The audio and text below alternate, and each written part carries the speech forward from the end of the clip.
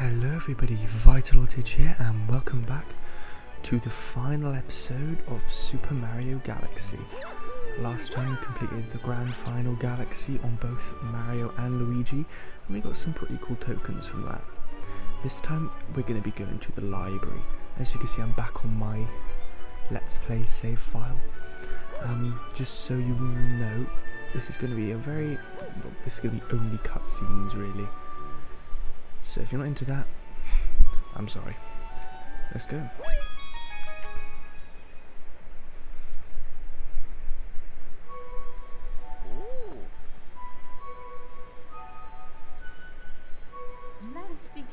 Let us begin.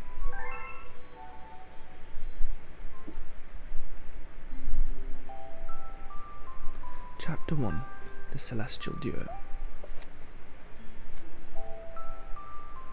Our story begins a very, very long time ago with a young girl.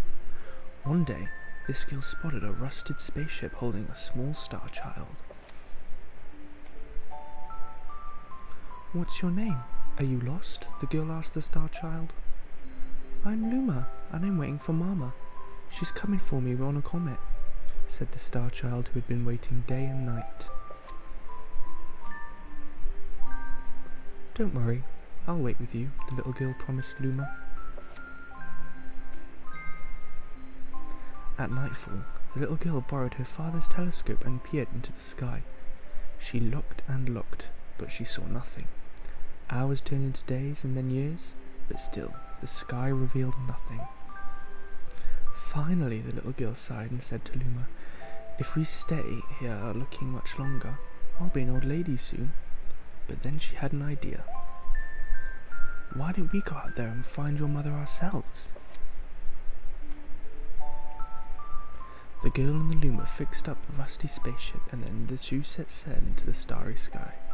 And this is how the search for the Celestial Mother began. Chapter 2, Starbits. Days passed with no sight of the comet or even a simple planet.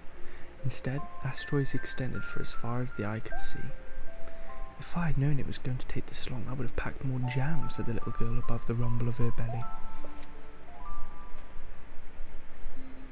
Before they left, she had packed all the essentials: telescope, butterfly net, stuffed bunny, bread milk, jam, and apricot flavoured tea, but "I forgot to bring water." At this, Luma burst into gales of laughter and the girl began to pout.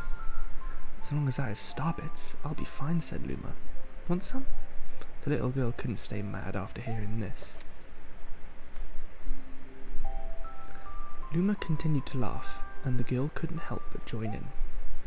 "All right, maybe just a nibble."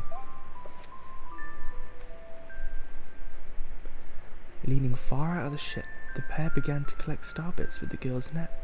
They almost fell out a few times, but they kept on collecting. The starbits tasted like honey. Chapter 3, The Comet.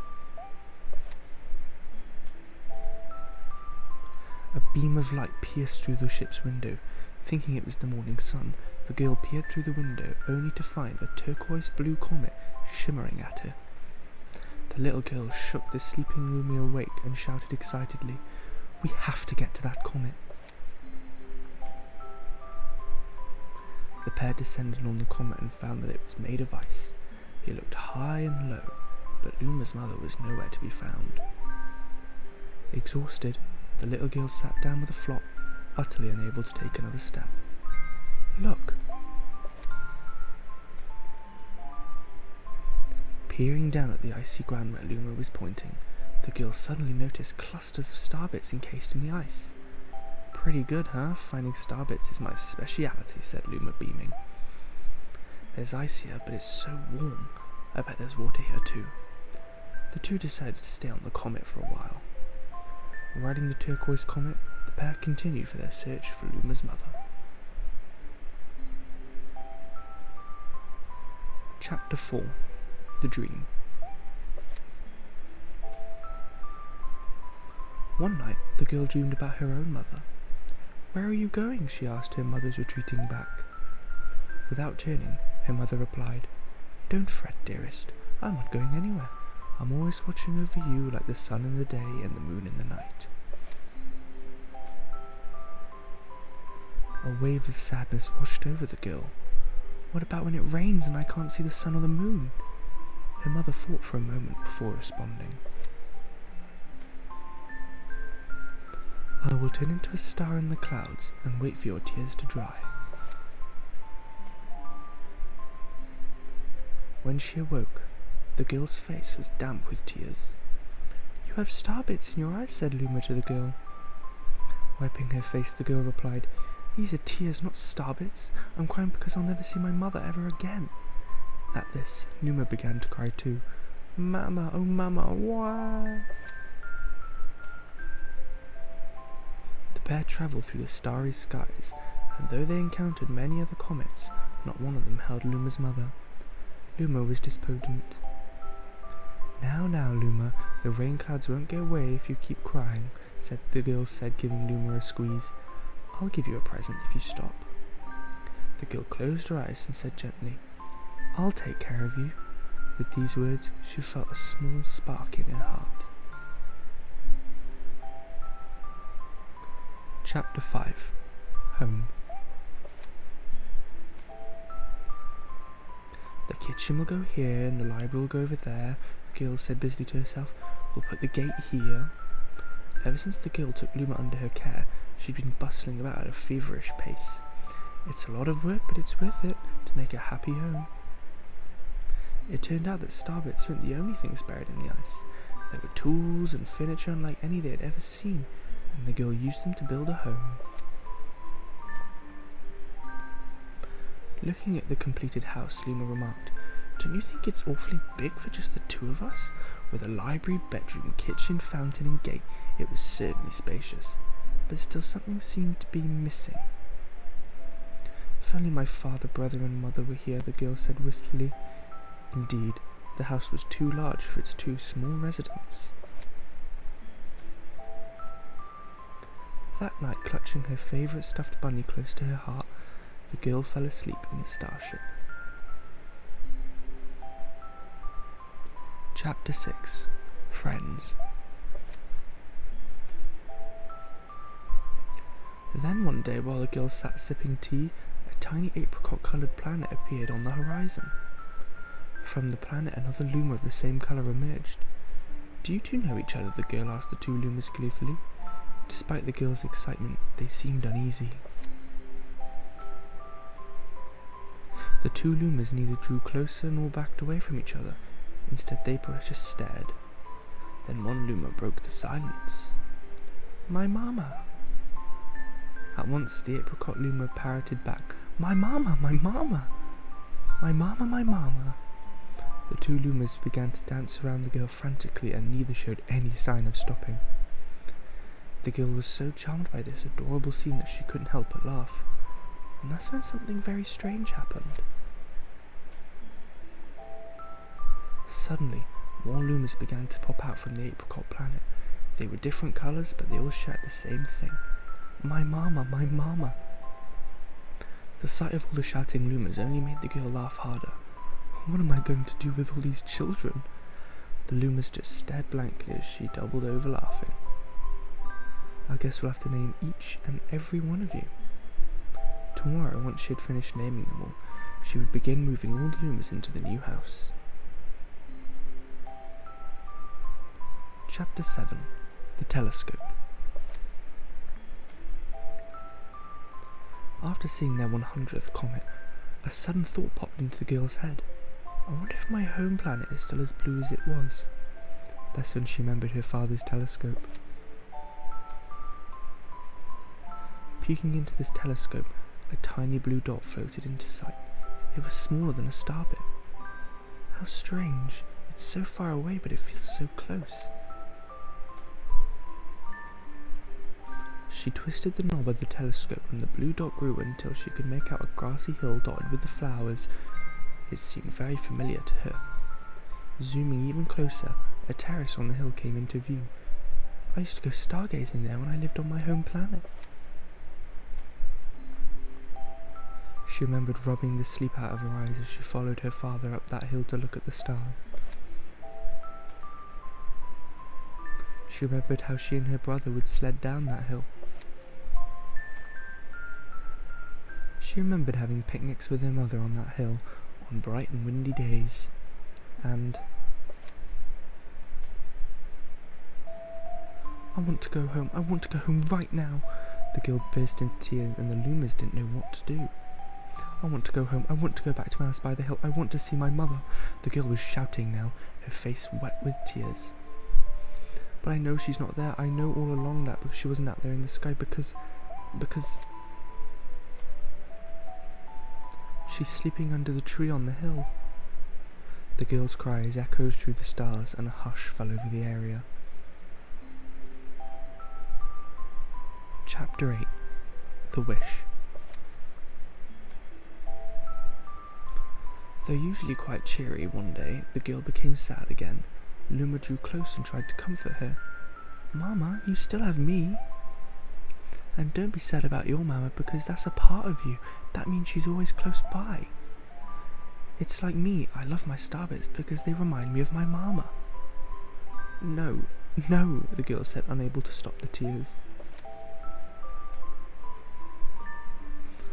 A lonely look flickered across the Luma's face, but it was soon replaced by a wide grin. "I have an idea. I will transform into a comet, a soaring comet that can carry you all on this journey." With that, Luma trailing bands of white soared high into the sky and just as quickly started to plummet back down. Kaboom, kablam! The ground shook and a bright light poured out of the crater that the Luma had created. The bands of light twisted together to form a comet tail, and then Luma emerged, reborn as a comet. The girl could scarcely believe her eyes. "But how?" she kept asking. "Our destiny as Lumas is to transform into different things," said a red Luma who had suddenly appeared. "Stars, comets, planets, we can all become these things. When I grow up, I want to become a star that makes someone special smile," said a green Luma. A blue Luma chimed in. "That Luma turned into a real cutie of a comet, didn't he?" All of the Lumas together said, "No more crying, Mama." "Thank you," said the girl in a whisper, and she pulled the Lumas close and hugged them.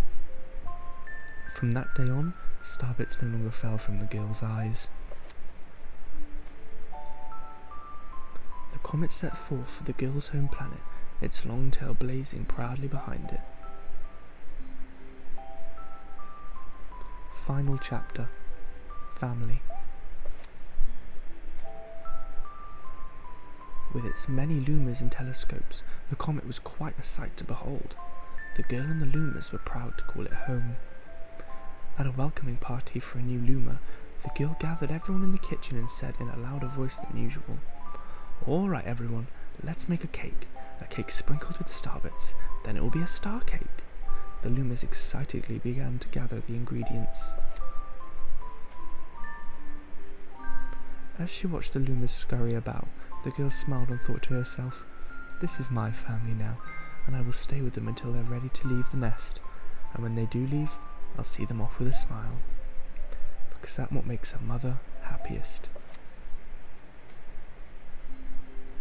That night, when the girl lay down to sleep, a soft light enveloped her and reminded her of the blue planet she once called home. "But it would be nice to return home once every 100 years to nap in my favourite sleeping nook." The comet carrying the Lumas and the girl continues on its journey to this very day. With more family members in tow that can be counted, it's said the comet visits the girl's home planet once every 100 years, its proud white tail glittering in the sky. The end.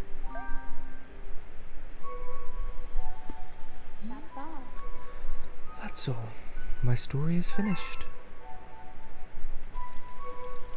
Yeah. So that is Rosalina's backstory then. I absolutely love this storybook. I just adore it to bits. To starbits, joking. But I don't know, I just feel like it gives a more heavier weight on this journey.